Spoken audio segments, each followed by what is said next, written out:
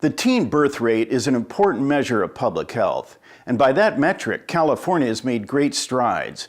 Between 2000 and 2016, the teen birth rate in California fell by 66% to reach a new all-time low. To tell us more, I spoke with Dr. Toni Marengo, Medical Director for Planned Parenthood of the Pacific Southwest. So Dr. Marengo, how do you account for this precipitous drop in the teen birth rate?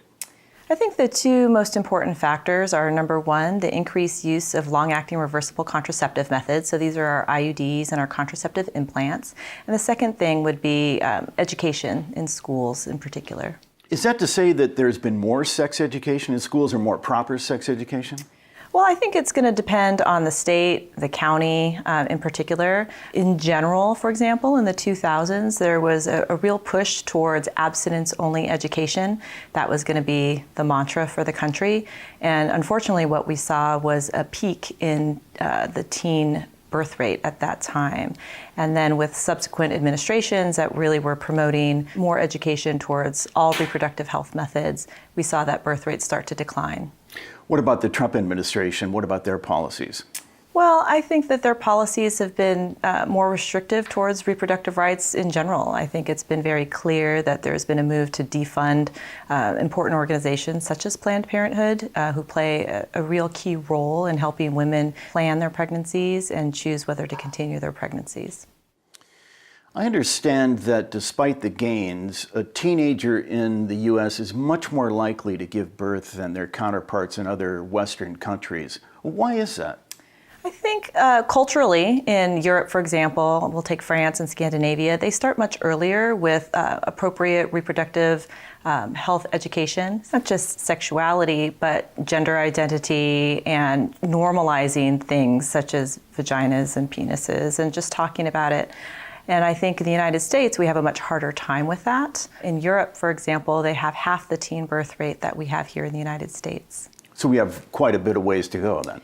We do. I mean, I don't want to downplay the gains that we've already made. I think the use of long-acting reversible contraceptive methods and the reduction in some of the restrictions on those uses has been remarkable, and I think we can continue to move in that direction and we'll be able to see continued improvement. Now, there are parts of California where the teen birth rate remains high, especially in Imperial County, our neighbors to the east. What's going on there?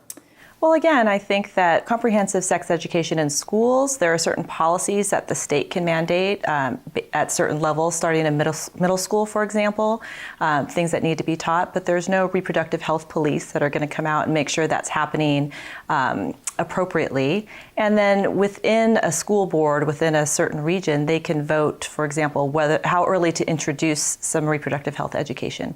Some places will start that even in grade school.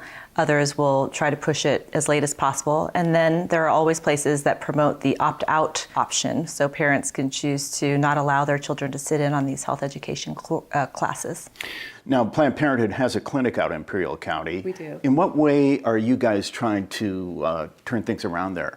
I think just our presence, number one. I think we are a clinic that patients know our name, and if they don't, they know it now. We're doing a lot of education in the community. Our community and government relations team, for example, is going out and helping the community with education and introducing them to what Planned Parenthood really is, which is a place that men and women can come for comprehensive health, for sexually transmitted infection screening, for example, for abortion care, for well woman care, and for contraception. Lastly, if you could do one thing in California, statewide, to try to tamp down the teen birth rate even more, what would that be? I think it would be to make sure that women have access, 100% coverage for contraceptive services throughout the state. And I think that as long as we continue to lead the way, we show that if women can choose to plan their pregnancies, that it will save healthcare dollars and keep women in school and in the workforce, which I think is important for everyone.